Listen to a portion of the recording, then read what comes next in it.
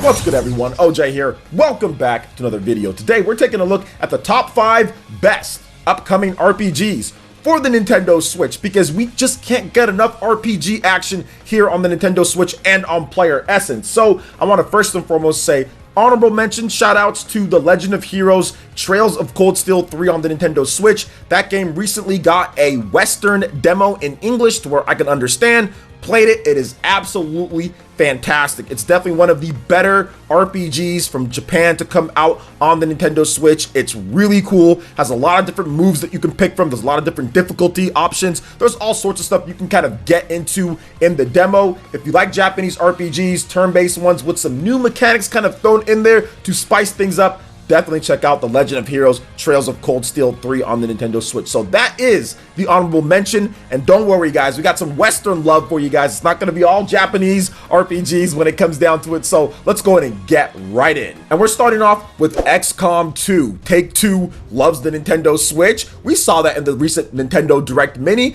They were showing off all sorts of games, but we're going to talk about this game, and that is XCOM 2, and it comes with all the DLC. Yes, all the DLC that XCOM is known for. So you ever heard of this game called Fire Emblem? Well, if you like Fire Emblem, or how about Mario plus Rabbids Kingdom Battle? You like that game as well? Well, this game is kind of like both of those games, and it does it at very high level. XCOM is fantastic. It has great gameplay, very slick animations, it has a lot of depth and strategy, plenty of content. If you pick up XCOM 2 on the Nintendo Switch, you're going to be very happy with this game, especially if you love strategy RPGs. It has everything in there, all of the bells and whistles, and it's a turn-based RPG that didn't really push the bar too far when it comes to graphics and all of that. So you know that this game is going to run and play great. I don't think there's going to be any issues at all with the port of XCOM 2 on the Nintendo Switch. And once again, plenty of depth, plenty of levels, plenty of content. This should get you probably 70 to 80 hours when it comes down to it. And if you do everything and try to 100% it, it might even take you more with XCOM 2. So that is number 5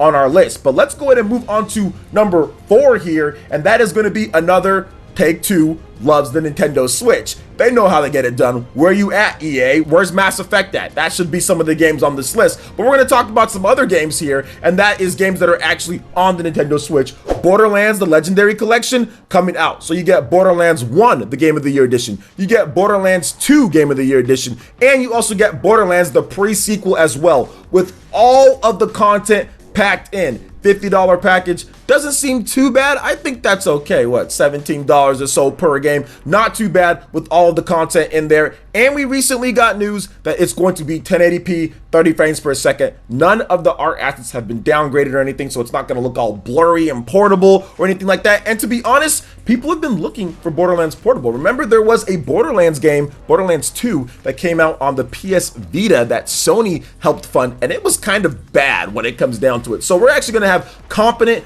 good Borderlands portable for the first time ever, without some type of weird NVIDIA Shield or GPD Win or something like that, but an actual logical portable system that's affordable, like a Nintendo Switch Lite, for example. So that's pretty cool. Love the Borderlands games. They're all really good. I'm really looking forward to playing Borderlands 2. That game is, to me, the best out of the series, so I think that's going to be a lot of fun, teaming up with the other people here in the village in order to take down so many enemies in Borderlands. So I'm looking forward to that. And 3 games, $50, not bad, like I stated. So let's go ahead and move into number 3. And number 3 is Trials of Mana. I mean, I was surprised. I thought it'd be higher on this list, but we got a couple other games that we're going to talk about here. But Trials of Mana, what can you say about this? PlayStation 4, also Nintendo Switch. You're going to be able to get the version anywhere that you want. You have great Unreal Engine 4 graphics when it comes down to it. You have great gameplay. You have a completely rebuilt game from the Super Nintendo era. They took everything that game was about back in the day. Super Nintendo, Seiken Densetsu 3, Trials of Mana,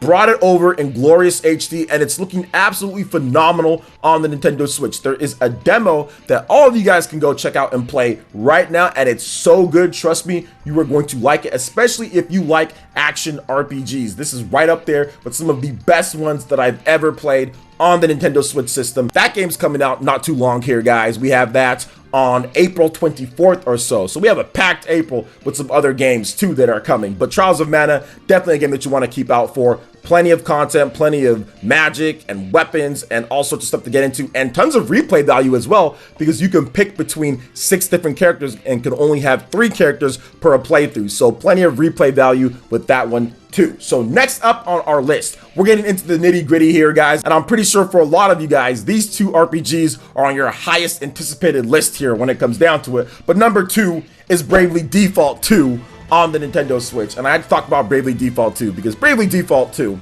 we just got a demo, right? And this is one of the best crafted demos that I have seen at this point in terms of where they are. It is amazing. The game looks great. I know it has that chibi art style. That might be a little bit of a turnoff for some people, but honestly, with the art book style that they're going for and kind of the gameplay flow and the comedy in there, it all makes sense. Trust me, it all wraps up and kind of ties back into there. When you start playing Bravely Default 2, the main game, you'll see what I'm talking about with the storybook art. You'll see what I'm talking about, what they're doing, like with the little pop-ups and the drawings and things like that. It really all fits in, and that art style has to kind of go with it. It would look really weird and wonky if they wanted to do like a storybook or hand-painted art or however they have it in the game, and it was like more of the bigger models and all that. It just wouldn't look right. So the chibi art style actually fits into what they want to do, but there's a nice contrast between it because it's not just simplistic looking. Whenever you change classes or you have certain ones on there, the armor is nice and shiny, it's detailed and in depth, there's nice cloth textures and fibers and stuff. It looks very clean when you fight against some of the enemies, and it's going to create that contrast, like, wait a minute, this game doesn't look too bad. And over the course of time, as you get to know the characters, because each character, since there's only 4 of them, they all have a lot of personality. They all have their own ambitions and things that they want to do. If you're basing off of Bravely Default 1, Bravely Default 2 is going to be just as good, if not better, when it comes to the personalities and the characters. So I'm very much looking forward to delving more into Bravely Default 2, and that demo was fantastic, very challenging and fun. So check out Bravely Default 2. I think that's going to be one of the best releases on the Nintendo Switch in 2020, and definitely one of the best releases when it comes to RPGs. Now we're getting in to number 1 here, guys, and you guys know what I had to say here, you know what I had to do here, and that is Xenoblade Chronicles Definitive Edition. We had to talk about this game, Xenoblade Chronicles Definitive Edition. This is, to me, quite possibly could be the best game of the year, for me at least. Now, it is a remake of a game that we've already experienced, but there is new content. They did clean up a lot of stuff in the game. There is all new graphics. There is more content added into there. There's just so much stuff that's going to change the feel, the look, the tone, everything with this game. Xenoblade Chronicles Definitive Edition might be the quintessential release. And if you look at it, so many people, because of how it was handled here in the West, so many people didn't play Xenoblade Chronicles, right? It was a late Wii game. Everyone was already looking to what they were going to do with the Wii U, with Nintendo. If you look at what GameStop did, that was absolutely horrible, gutting the games in terms of new, putting them and saying that they're used and selling them for jacked up prices. There was all sorts of weird stuff and shenanigans with this game that led to so many people just not playing it. Nintendo not marketing the game anywhere near as much and realizing that people do want this style of game. Finally, Monolith Soft's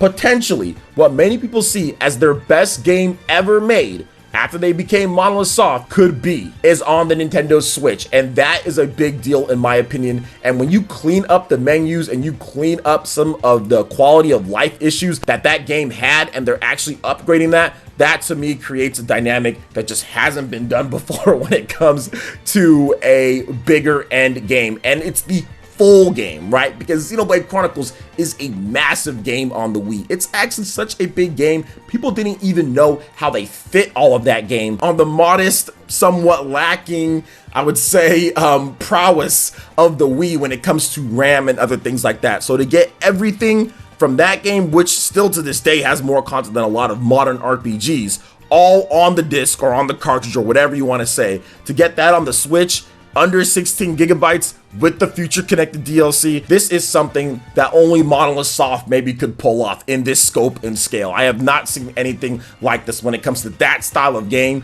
being remade from a previous generation in all of its glory, not jacking up the price to the point to where it shouldn't be or anything like that, and adding in new content.